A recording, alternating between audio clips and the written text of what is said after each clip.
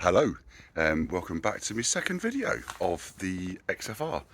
I thought I'd do everything that's wrong with my XFR, purely because I'm sure that most people that are interested in this vehicle either own one or would like to own one, because the prices are obviously coming down so much that it might be something, well, is it worth it, is it not? So I've got a list of all the things that are currently wrong with it, and I'll just walk you through it now.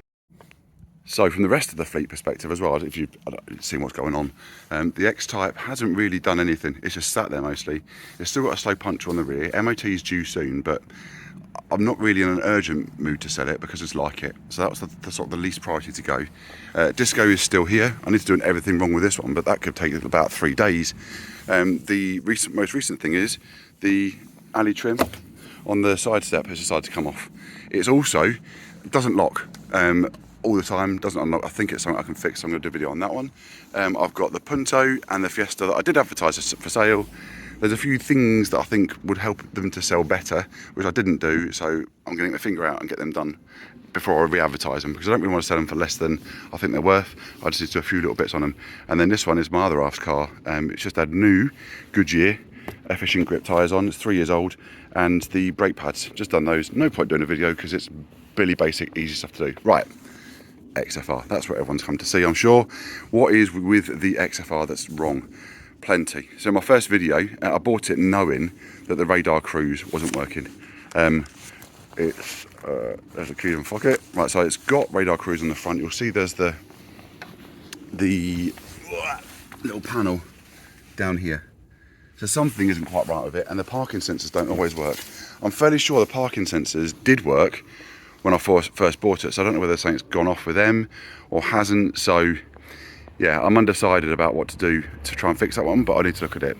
Oh, look at that as well. Grim. I did manage to throw a bucket of water over it though. So to get parking sensors. So that's a second thing that's wrong with it that I know is needing attention, but not necessarily urgent. Number 3 on my list. Can you see it around here? Not easy. Let's have a look inside.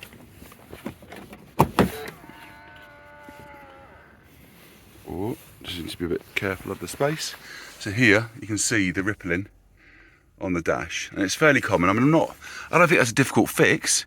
It may be an upholsterer to do it, but I do need to take it off, and that's going to be taking that dash top off, which is going to be a pain.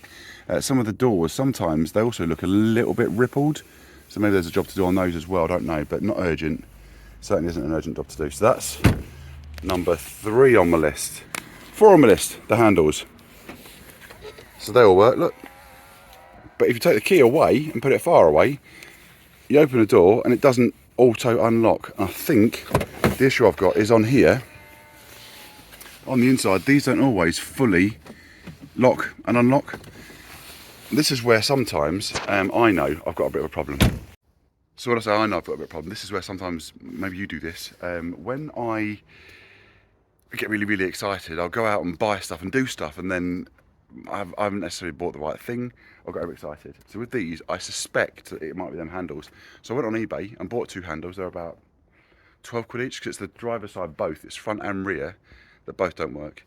So I went out and just bought some handles, and they've sat since I've had the car. I bought the car, I don't know, maybe 6 weeks ago now. I can't remember, whenever it was I posted the first video, really. It was very close to that time. So I had the car about 6 weeks. I bought the handles, not even knowing if it's the handles that are broken or not, and then I haven't got around to fixing it. Does anyone else do that? Because that's when I know that I've got a bit overexcited. Yeah, so maybe I'll never get around to doing them. Who knows? Right, next on the list, I've got a bit of a front wobble. I'm not too sure what it is, and I do need to basically get it up on ramps and have a good look underneath it.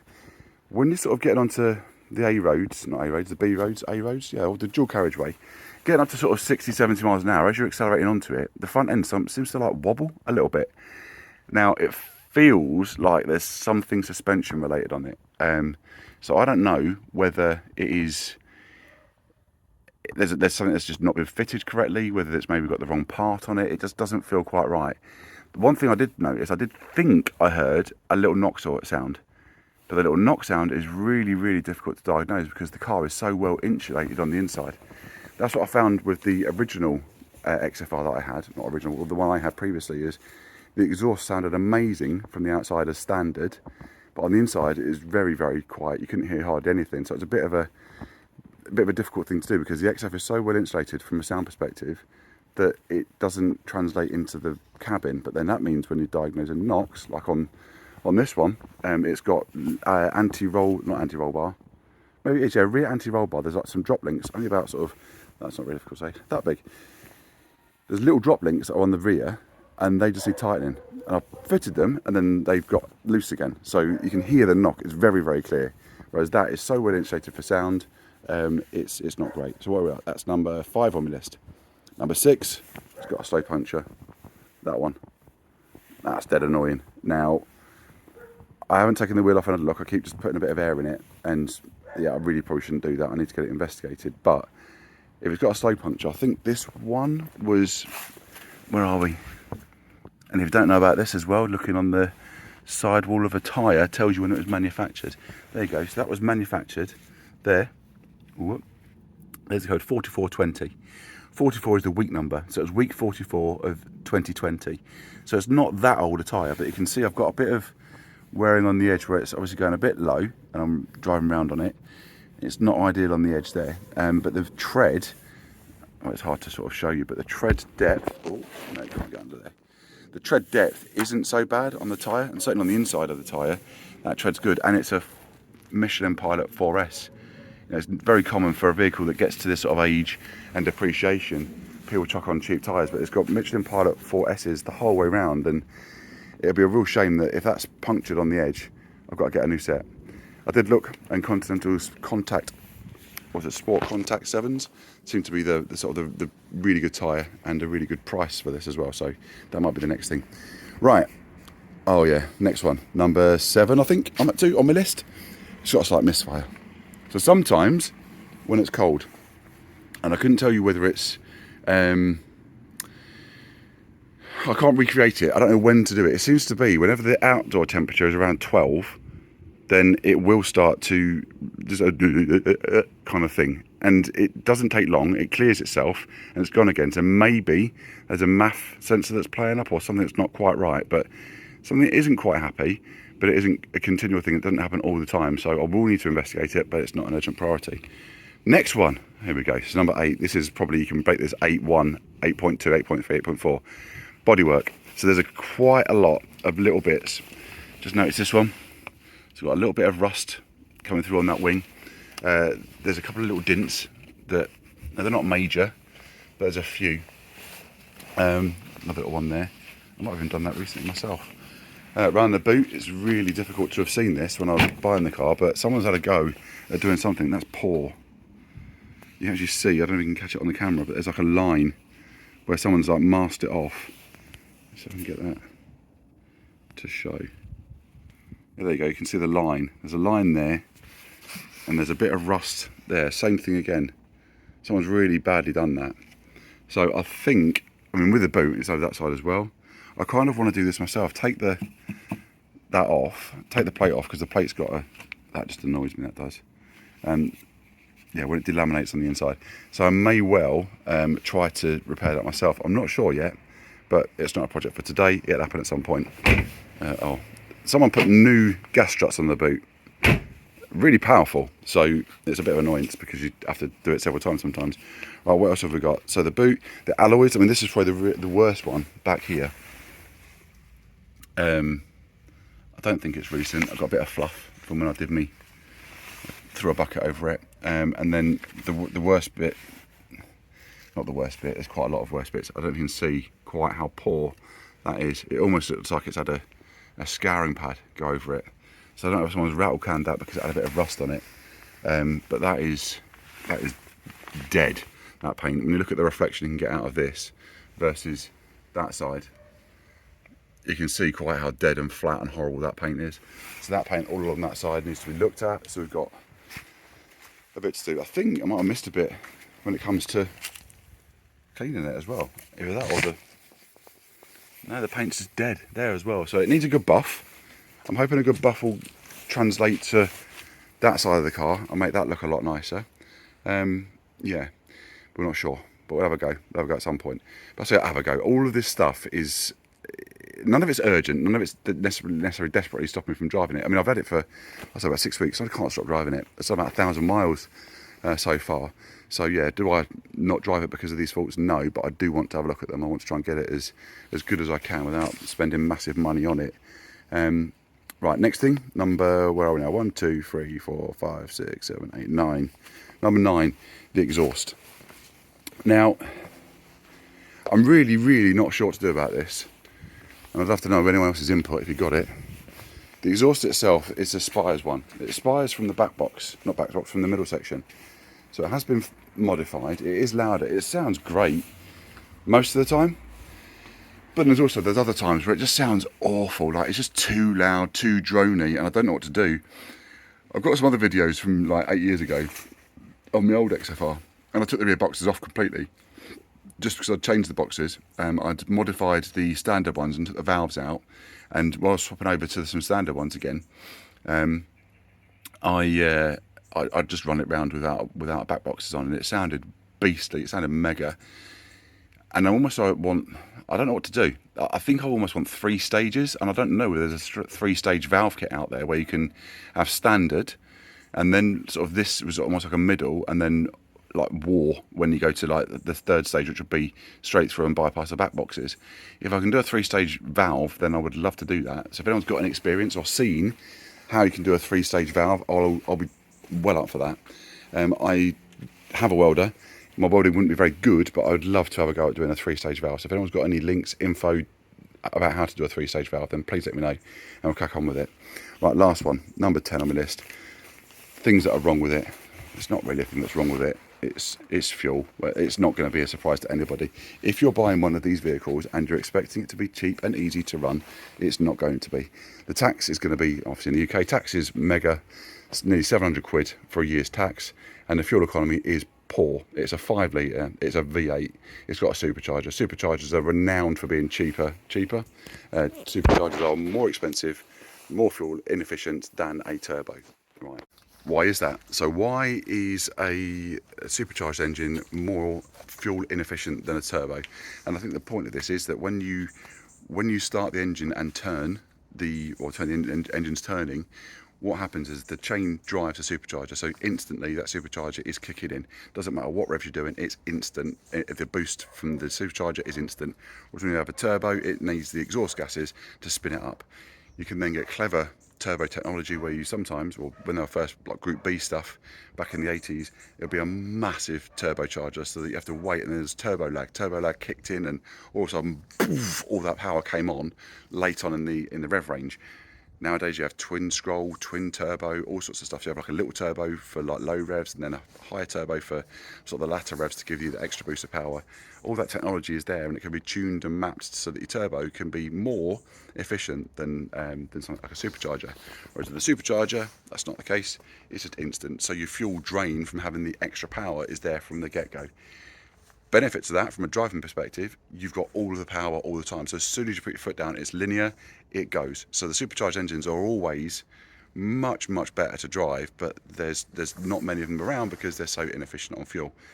If you look at that, the first gen of the newest Mini, that was also a supercharged engine, which got dropped in the end for a turbo because the supercharger was just crushing it on the fuel economy. So is it really something that's wrong with the Jag? No, it was designed like that. That's what they wanted. They wanted a car that was going to drive brilliantly and perform brilliantly, not really to bother about the fuel emissions, or the not fuel emissions, or the fuel economy. So it's not really wrong with the car, but it's something that's just, even still, when I first had my XFR, I was probably doing a bit more dual carriageway motorway driving.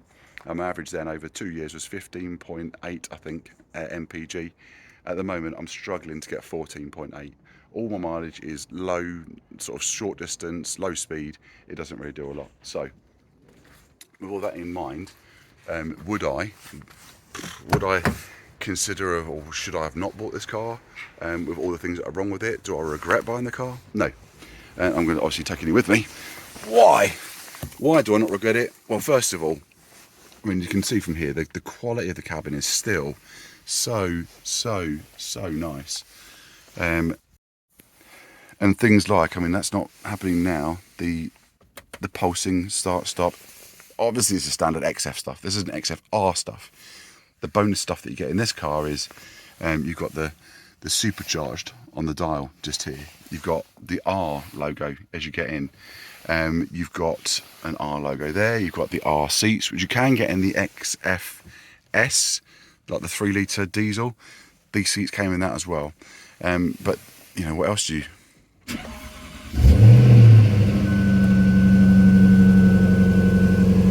Like, what else? What other reason do you need to love this car? Just listen to it. You can see there, so I've got my forward alert. Doors obviously open. You can clear over here. Doesn't give you a lot more information. Clear the alert and keep clearing alerts.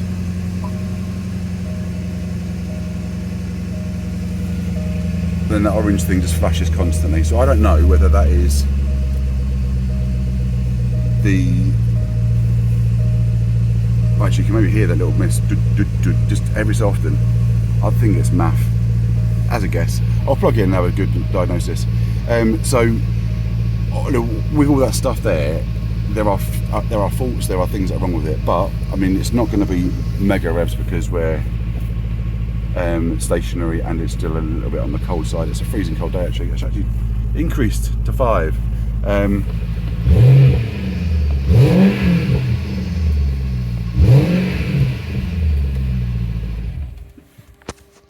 So why would you not like it? Why would you not love it? There's so many things to enjoy about it. If I'd have bought the car for 10, 12 grand, I'd probably be a bit pissed off because I've got quite a lot of faults with it. But when it was 7.5 grand, it's a case of not ideal. And if I can't fix all this stuff, and there are things that are still I can't resolve for the, you know, I've got a bit of diagnosis, I've got a tool, I've got a few bits. I'm going to try and fix some of this stuff myself. There's a few things that are just cosmetics. They're not, you know, necessarily detracting from the performance of the vehicle. If I can't resolve them, I can just sell it again. I won't make a mega loss on the car. I expect I would lose some money because I would advertise it with all these things that are wrong with it. I'm not going to be trying to sell it and pretend that all these things are there.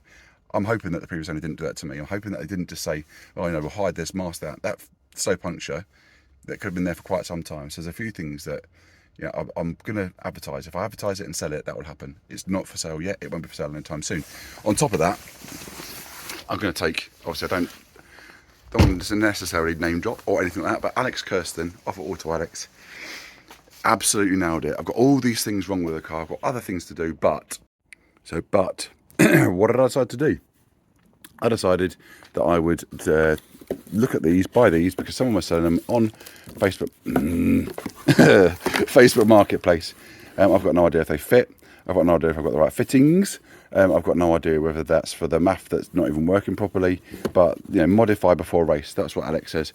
Modify before race. Modify before fix. So I bought these thinking, yeah, I'm definitely going to get them fitted because of the, you know, the fact that they are there. There's issues, maybe with heat soak, but they were cheap, and I decided I'm having them. So, well, I said not cheap. They weren't that cheap, but they were there, available and used. So I didn't want to spend out on loads of money on some new ones if they weren't going to be any good.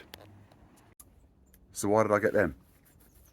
Heat soak, performance, all that malarkey. So maybe I've got 500 horsepower. Maybe that's deteriorated. Maybe I've got 480 horsepower. Whatever horsepower I've got, when I put my foot down, it goes. I'm not particularly bothered. If I lose a little bit of performance by fitting these, I'm not bothered because it's got so much power anyway, so much performance, doesn't concern me. What you should get from these, of what I've read, I didn't realise this the first time around when I had one of these, is the Supercharger whine. Now, I loved when I had a Mini Cooper S, I loved that Supercharger whining. What a great noise that is. So if I can get that in this car with these filters, just hope we don't get any error codes. Right, that's it. So what I'm going to be doing next, I've got to move house. So I might have mentioned this in a previous video. I've got to move all 5 cars, an entire house worth of stuff, all before the end of the year. So likelihood of me getting this stuff done for the cars on that period of time, no idea. And my priority is going to be, I've not got enough space down at the new place for all these cars, so I need to get rid of some cars first. So they will be getting done, and then we're back onto the Jag. There's all the things that are wrong with it. There are plenty, but hopefully none of them are that major. None that I can't just invest a bit of time in and hopefully get them things sorted myself. So that's the XFR, that's where we're at. Love it still. It's an absolute monster. It's a brilliant car. Love it. If you want to get one, do it.